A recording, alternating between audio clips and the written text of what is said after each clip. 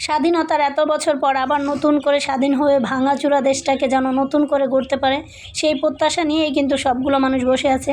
কিন্তু রাস্তায় বের হওয়ার পরে এই খুশিটা আমার অনেকটা কষ্টে পরিণত হলো, কারণ আমরা এরকম দেশ চাইনি, আমরা শুধু স্বাধীন দেশ চেয়েছি। কিন্তু এখন সব জায়গায় যেভাবে ভাঙাচুরো, এত সুন্দর রোডঘাট, সেগুলো যে ভাঙছে, আসলে এগুলো তো ঠিক করেনি, কারণ এগুলো তো আমাদের টাকাই গড়া, এগুলো জনগণের টাকায় গড়া, এগুলো তো ভাঙার কারো অধিকার নেই। এই দেশটা এভাবেই থাকবে, আমরা এই দেশটাকে আরও সুন্দর করে গড়ে তুলবো, এটাই তো আমাদের আশা ছিল। কিন্তু এখন এই যে জায়গায় জায়গায় ব্যাংকগুলো ভাঙছেন, মানুষের বাড়ি ভাঙছেন, এখানে ওখানে হামলা করছেন, এগুলো তো ঠিক না, এগুলো আমরা কখনোই চাইনি। এই দেখুন কত বড় বড় বিল্ডিং, আর এখানে সব জায়গায় জায়গায় আসলে এইভাবে পোড়া ছিল। আমরা যখনই যাচ্ছিলাম মানে চারপাশের দৃশ্য দেখে অবাক হয়ে যাচ্ছিলাম, এটা কি আমাদের সেই পরিচিত ঢাকা?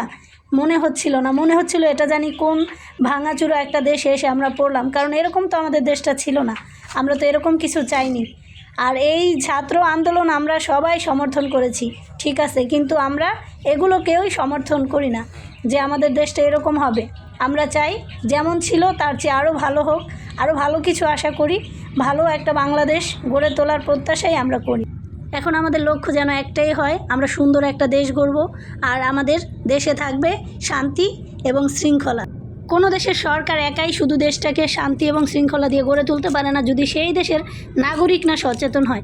কারণ বাহিরের দেশে দেখবেন সবগুলো নাগরিক কিন্তু সচেতন। তাই যার যার জায়গা থেকে, নিজের এলাকা থেকে নিজেরাই সচেতন হই এবং নিজের দেশটা যেন আরও সুন্দর মতো এগিয়ে নিয়ে যেতে পারি, সেই প্রত্যাশাই করি সবাই। আর এই যে আজকে বাড়ি থেকে যাওয়ার সময় দেখুন রাস্তাঘাটে এত ফাঁকা ছিল, মানে মনে হচ্ছিল না আসলে এটা আমাদের ঢাকা শহর যেখানে। আর এই যে ওভারব্রিজ থেকে আমাদের দেখুন নিচের যেখানে প্রচুর পরিমাণ জ্যাম থাকে, আজকে কিন্তু কোনো একটা গাড়ি ছিল না। আর আমাদের গাড়িটাও নষ্ট হয়ে গেছে, মানে চাকাটা পাংচার হয়ে গেছে, আর ড্রাইভার চাকা ঠিক করতেছে, পুরা রাস্তা ছিল ফাঁকা। আলহামদুলিল্লাহ গাড়িটা ঠিক হয়ে গেছে, এখন বাড়ির উদ্দেশ্যে রওনা দিচ্ছি। দোয়া করবেন সহি সালামতে যেন বাড়ি গিয়ে পৌঁছাতে পারি, আর আমাদের এই সুন্দর দেশটাকে আরও সুন্দর করে নিতে পারি। রাতের ঘুম যেগুলো হারাম হয়েছে, এখন থেকে যেন শান্তিমতো প্রতিটা বাঙালি আমরা ঘুমোতে পারি, এইটাই শুধু আমাদের আশা, এবং সুন্দর একটা দেশ হোক।